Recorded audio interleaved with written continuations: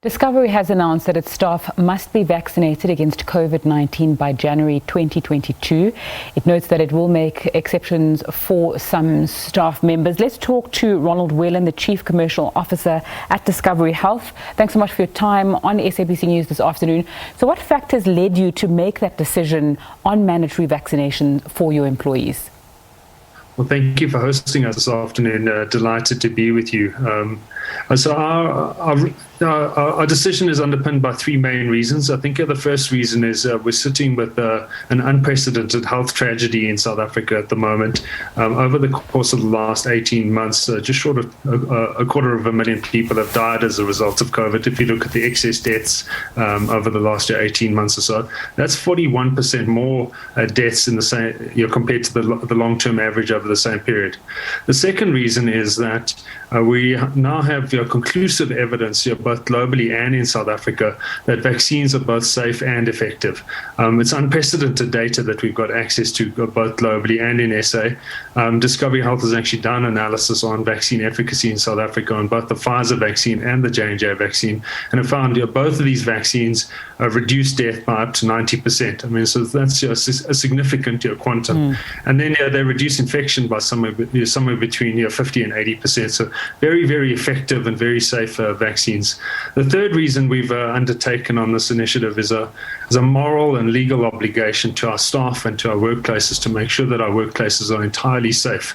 And we see vaccination as just an additional layer of protection for our staff across our workplaces. And that, as I mentioned, is both a strong moral and values-led obligation that we feel, and then, of course, a legal obligation from an occupational health and safety perspective. Let's talk about that legal obligation, and tell me about the kind of advice that you got when you were going to implement this policy and what they have said around legally how it's okay for you to say to your employees, no jab, no work. So we've done extensive work on the legal frameworks. We've also done extensive engaging on the moral and ethical issues related to this.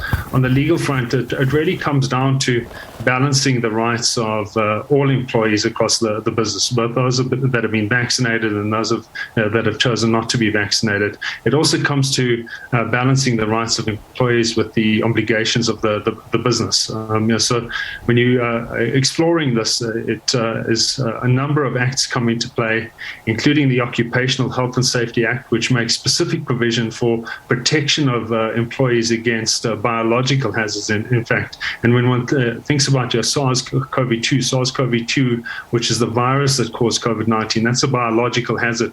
So we have an obligation to protect ourselves against that biological hazard. On the other side of the coin, there are obviously a number of acts that relate to prevention, promotion of equality and prevention of unfair discrimination. There's Section 12 of the Constitution, and we've delved into all of these elements of the law alongside constitutional law experts and labor law experts. And I think we're comfortable that we've ended in a place that really balances the rights of our employees with the obligations of Discovery as a business. All right, so what protection do those employees who have to get vaccinated have in a legal and medical sense from any harm that will come from being vaccinated? Well, I think it's important to point out that we have a process that will allow employees to both appeal and object against the vaccination. That will then be evaluated on a case-by-case basis. We'll certainly look at religious grounds, we'll look at medical grounds and various other grounds as part of that process. We'll also look at reasonable accommodation for employees, so that I think termination is certainly the last event around this. Insofar as side effects, we know that the side effect profile and indeed the adverse events for vaccines is extremely, extremely low. So less than 2% of people have any side effects from vaccination. And we certainly had across our Discovery vaccination sites. Of those 2%, of people have mild to moderate side effects that typically go on to resolve without any treatment whatsoever.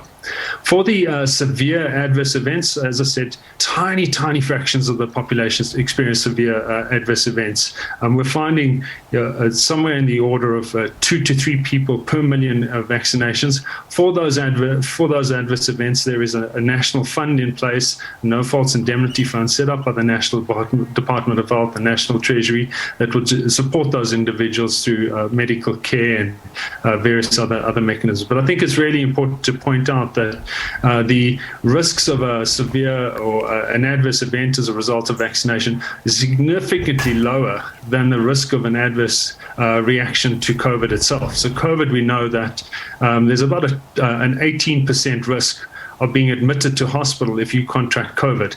And that's a significant risk. So about 1 in 5 Discovery Health members who've contracted COVID have been admitted to hospital. And when one compares that risk with the risk of side effects from vaccines, you can see that it's completely disproportionate. And that's the reason we're confident that these vaccines are so safe. Ronald, what about your insurance clients? Will you require them to be vaccinated eventually? Do you have incentives for them? Because looking at what you're doing for your employees, may that bleed over to the people who are your clients? Well, yeah, certainly on the life business side, and remember, a life business runs slightly different to the health business. So on the life business side, there will be vaccination will become an underwriting criteria for for clients going forward. There are already incentives in place across our Discovery Life business for vaccination, which I think is very exciting. From a health business perspective, medical aids are community rated, which means that you can't apply underwriting, so there's no prerequisite around vaccination, being vaccinated to be able to join a medical aid. But we certainly are working on a range of initiatives across Vitality and Life and Insure to really incentivize and promote vaccination across the Discovery Group. Ronald Whelan, the Chief Commercial Officer at Discovery Health, thanks so much for your time on SABC News this afternoon.